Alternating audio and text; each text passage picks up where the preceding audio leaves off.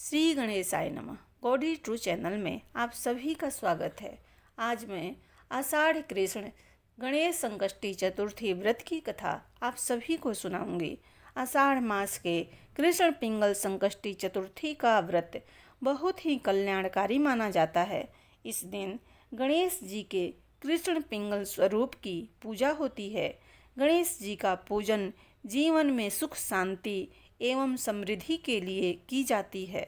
साल 2024 में संकष्टी चतुर्थी का व्रत 25 जून दिन मंगलवार को रखा जाएगा। गणेश चतुर्थी के दिन चंद्रमा को अर्घ्य देने के बाद ही संकष्टी व्रत समाप्त होता है। तो आइए सुनते हैं आषाढ़ कृष्ण गणेश चतुर्थी व्रत की कथा को। पार्वती जी ने पूछा कि हे वत्स, आषाढ़ कृष्ण चतुर्थी बहुत ही शुभदायिनी कही गई है, आप उसका विधान बतलाइए। इस मास के गणेश जी का क्या नाम है और उनकी पूजा किस प्रकार करनी चाहिए। गणेश जी ने उत्तर दिया कि हे माता, पूर्व काल में इसी प्रश्न को युधिष्ठिर ने पूछा था और उन्हें भगवान कृष्ण ने जो उत्तर दिया था मैं उसको बतला रहा हूँ, आप सुनिए। श्री कृष्ण ने कहा कि हे राजन, गणेश जी की प्रीतिकारक विधेय नाशक पुराण इतिहास में वर्णित कथा को कह रहा हूँ, आप सुनिए। हे कुंती पुत्र, आषाढ़ कृष्ण चतुर्थी के गणेश जी का नाम लंबोदर है। उनका पूजन पूर्ण वर्णित विधि से करें। हे महाराज, द्वापर युग में महिष्मती नगरी का महीजित नामक राजा था। वह बड़ा ही पुण्यशील और प्रतापी था। वह अपनी प्रजा का पालन पुत्रवत करता था, किंतु संतान विहीन होने के कारण उसे राजमहल का वैभव अच्छा नहीं लगता था। वेदों में निसंतान का जीवन व्यर्थ माना गया है। यदि संतानहीन व्यक्ति अपने पितरों को जलदान देता है तो उसके पितृगण उस जल को गर्म जल के रूप में ग्रहण करते हैं। इसी ऊहापोह में राजा का बहुत समय व्यतीत हो गया। उन्होंने पुत्र प्राप्ति के लिए बहुत से दान यज्ञ याग आदि कार्य किया, फिर भी राजा को पुत्रोत्पत्ति न हुई। जवानी ढल गई और बुढ़ापा आ गया, किंतु वंश वृद्धि न हुई। तदंतर राजा ने विद्वान ब्राह्मणों और प्रजाजनों से इस संदर्भ में परामर्श किया। राजा ने कहा कि हे ब्राह्मणों तथा प्रजाजनों, हम तो संतानहीन हो गए, अब मेरी क्या गति होगी। मैंने जीवन में तो किंचित भी पाप कर्म नहीं किया। मैंने कभी अत्याचार द्वारा धन संग्रह नहीं किया। मैंने तो सदैव प्रजाओं का पुत्रवत पालन किया तथा धर्माचरण द्वारा ही पृथ्वी का शासन किया। मैंने चोर डाकुओं को दंडित किया, इष्ट मित्रों के भोजन की व्यवस्था की, गौ ब्राह्मणों का हित चिंतन करते हुए श्रेष्ठ पुरुषों का आदर सत्कार किया। फिर भी हे द्विज सतमो, मुझे अब तक पुत्र न होने का क्या कारण है। विद्वान ब्राह्मणों ने कहा कि हे महाराज, हम लोग वैसा ही प्रयत्न करेंगे जिससे आपके वंश की वृद्धि हो। इस प्रकार कहकर सब लोग युक्ति सोचने लगे। सारी प्रजाएं राजा के मनोरथ की सिद्धि के लिए ब्राह्मणों के साथ वन में चली गई। वन में जाकर वे लोग द्रुत गति से इधर उधर परिभ्रमण करने लगे।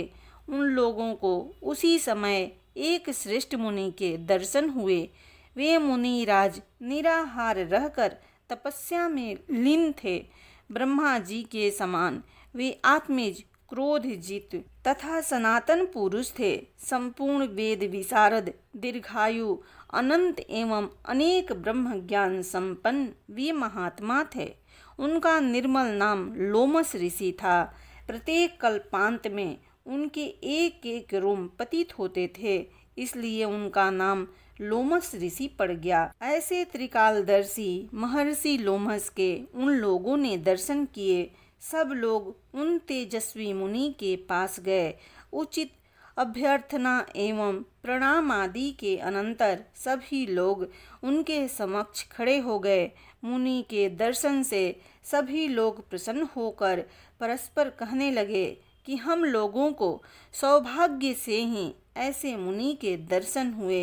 इनके उपदेश से हम सभी का मंगल होगा। ऐसा निश्चय कर उन लोगों ने मुनि राज से कहा। जनता कहने लगी, हे ब्रह्मर्षि, हम लोगों के दुख का कारण सुनिए। अपने संदेह के निवारणार्थ हम लोग आपके शरणागत हुए हैं। हे भगवान, आप कोई उपाय बतलाइए। हे स्वामिन, आप जैसे महात्मा को पाकर हम लोग किसी अन्य व्यक्ति से क्या कहें। आप ब्राह्मण एवं ऋषियों में श्रेष्ठ हैं। आपसे बढ़कर कोई दूसरा पुरुष नहीं दिख रहा है। महर्षि लोमस ने पूछा, स्वजनों, आप लोग यहाँ किस अभिप्राय से आए हैं? मुझसे आपका क्या प्रयोजन है? स्पष्ट रूप से कहिए।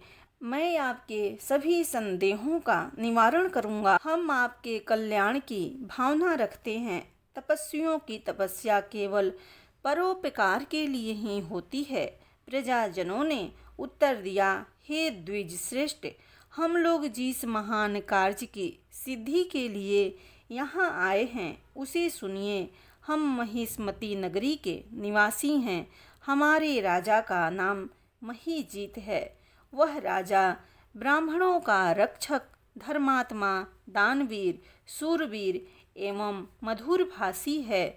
उस राजा ने हम लोगों का पालन पोषण किया है, परंतु ऐसे राजा को आज तक संतान की प्राप्ति नहीं हुई। हे भगवान, माता पिता तो केवल जन्मदाता ही होते हैं, किंतु राजा ही वास्तव में पोषक एवं संवर्धक होता है।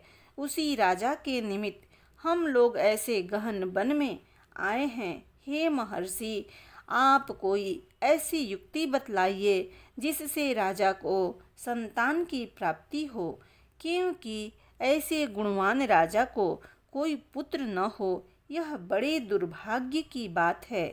हम लोग परस्पर विचार विमर्श करके इस गंभीर वन में आए हैं। उनके सौभाग्य से ही यहाँ हम लोगों ने आपका दर्शन लाभ किया। हे मुनिवर, किस व्रत, दान, पूजन आदि कर्म का अनुष्ठान कराने से राजा को पुत्र होगा, आप कृपा करके हम सभी को बतलावें। प्रजाओं की बात सुनकर महर्षि ध्यान मग्न हो राजा के उपकार के लिए कहने लगे। महर्षि लोमस ने कहा, हे ब्राह्मणों, आप लोग ध्यान पूर्वक सुनो। मैं संकट नाशन व्रत को बतला रहा हूँ। यह व्रत निसंतान को संतानदायक एवं निर्धनों को धनदाता है। आषाढ़ कृष्ण चतुर्थी को एक दंत गजानन नामक गणेश जी की पूजा करें। पूर्वोक्त विधि से राजा व्रत करके श्रद्धा युक्त हो ब्राह्मण भोजन करावें और उन्हें वस्त्र दान करें।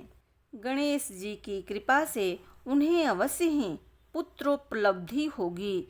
महर्षि लोमस की यह बात सुनकर सभी लोग करबद्ध होकर उठ खड़े हुए। नतमस्तक होकर दंडवत प्रणाम करके सभी लोग नगर में लौट आए। वन में घटित सभी घटनाओं को प्रजाजनों ने राजा से बतलाया। पुरजनों की बात सुनकर सम्मानकारी विमल बुद्धिधारी राजा बहुत ही प्रसन्न हुए और उन्होंने श्रद्धा भक्ति से विधिवत गणेश चतुर्थी का व्रत करके ब्राह्मणों को भोजन, वस्त्र आदि का दान दिया।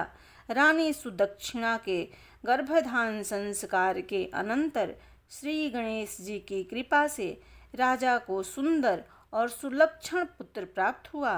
राजा ने संपूर्ण नगरवासियों को संतुष्ट करके पुत्रोत्सव मनाया। राजा महीजीत ने ब्राह्मणों को धन देकर तृप्त किया।